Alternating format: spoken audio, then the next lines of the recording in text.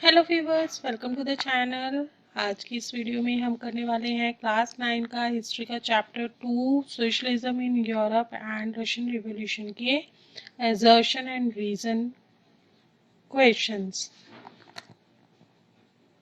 Viewers, इस channel पे जितनी भी वीडियोस हैं सभी को क्लासेस वाइज डिफरेंट प्लेलिस्ट के अंदर ग्रुप किया गया है और सभी प्लेलिस्ट के लिंक आपको डिस्क्रिप्शन बॉक्स में मिल जाएंगे, तो आप वहाँ से जाके डिफरेंट क्लासेस के डिफरेंट वीडियोस देख सकते हैं। तो चलिए शुरू करते हैं हमारी आज की वीडियो। आज की हमारी वीडियो है एजर्शन रीजनिंग पर। इसकी जो डायरेक्शंस हैं पहले हम वो बता देते हैं। डायरेक्शंस में फर्स्ट ऑप्शन क्या होता है, both A and R are true and R is correct explanation of A, और both A and R are true but R is not correct explanation of A, or A is true but R is false, or A is false but R is true, or both A and R are false। तो ये 5 options आपको given होते हैं, इसके according आपको reasoning questions करने होते हैं। Now let's come on our first question. First assertion is liberals were not Democrats. Reason is liberals did not believe in universal adult franchise. Universal adult franchise में believe नहीं करते थे, इसलिए liberals जो हैं उनको डेमोक्रेट्स नहीं कहा जा सकता। तो यहाँ पर क्या है, एजर्शन राइट है और रीजनिंग वाला जो स्टेटमेंट है वो उसका करेक्ट एक्सप्लेनेशन है। तो आंसर क्या हुआ, both A and R are true and R is correct explanation of A. Clear. Next question is assertion is socialists were against private property. Clear. Reason is conservatives were against any kind of political and social change. दोनों different statements लग रही हैं। Let's see the answer. Both A and R are true. दोनों statements अपनी अपनी जगह पे सही हैं, but R is not correct explanation of A. यहाँ पर आर जो है वो एज रीजन एजर्शन को कंप्लीटली एक्सप्लेन नहीं कर रहा। दोनों स्टेटमेंट्स सही हैं लेकिन एक दूसरे को एक्सप्लेन नहीं कर रहे हैं। ठीक है, तो socialist were against private property, socialist private property के अगेंस्ट थे, और कंजर्वेटिव्स किसी भी तरह का पॉलिटिकल और सोशल चेंज सोसाइटी में नहीं चाहते थे। वो नहीं चाहते थे कि किसी भी तरह का चेंज आए, क्योंकि अगर चेंज आएगा तो कंजर्वेटिव्स की जो पावर है उसमें कुछ रेस्ट्रिक्शंस लग सकते थे। तो उनका कहना था कि अगर अच्छा ठीक है, अगर कुछ चेंजेस लाने भी हैं तो वो स्लो होने चाहिए, स्लो प्रोसेस में होने चाहिए, एकदम ड्रास्टिक चेंज नहीं होने चाहिए सोसाइटी के अंदर। ठीक है, तो इसका करेक्ट एक्सप्लेनेशन क्या है, Socialists were against private property because people who own property concerned about personal gain rather than social welfare। Socialist private property के अगेंस्ट क्यों थे, क्योंकि उनका मानना था कि जो जिनके पास प्रॉपर्टी होती है, जो रिच पीपल होते हैं, वो उनको सिर्फ अपने प्रॉफिट से मतलब होता है, उनका सोशल वेलफेयर से कोई लेना देना नहीं होता है, इसलिए वो प्राइवेट प्रॉपर्टी के अगेंस्ट थे। ठीक है, यहाँ पर दोनों स्टेटमेंट्स करेक्ट हैं बट रीजन जो है वो करेक्ट नहीं है, वो एजर्शन को एक्सप्लेन नहीं करता। Next assertion is Tsar dismissed the first Duma within 75 days of its election. And reason is Tsar did not want any kind of reduction in his powers. यहाँ पर दोनों ही स्टेटमेंट्स ठीक लग रही हैं। Let's see the answer. Both A and R are true and R is correct explanation of A. यहाँ पर assertion का correct explanation दे रहा है रीजन। जार ने 75 डेज के अंदर ड्यूमा को डिसमिस कर दिया था। क्यों? क्योंकि वो नहीं चाहता था कि उसकी पावर्स में किसी भी तरह की कोई कमी आए। Clear. Next assertion is Karl Marx favored communist society.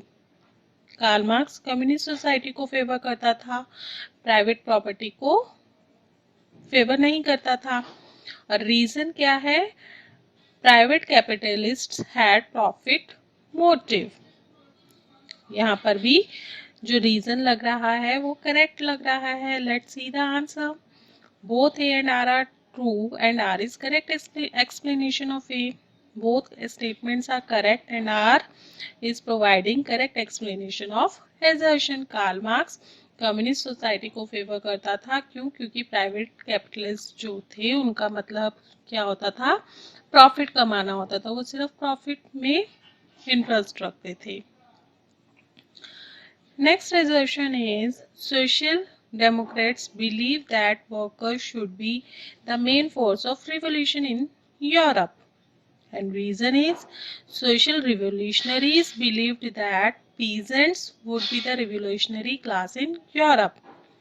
दोनों ही स्टेटमेंट्स ठीक हैं अपनी अपनी जगह पे, लेकिन एक दूसरे को एक्सप्लेन नहीं कर रही हैं। Let's see the answer. A and R are true, but R is not correct explanation of A. ठीक है, ए और आर दोनों ही स्टेटमेंट्स जो हैं वो अपनी अपनी जगह पे सही हैं, क्योंकि सोशल डेमोक्रेट्स जो थे वो वर्कर क्लास को चाहते थे कि वो रिवोल्यूशनरीज बने, रिवोल्यूशन का पार्ट बने, मेन फोर्स बने, क्योंकि वो चाहते थे कि वर्कर्स की कंडीशन में सुधार आए, वर्कर्स को बेनिफिट्स मिले। और सोशल रिवोल्यूशनरीज जो थे वो उनसे डिफरेंट थे।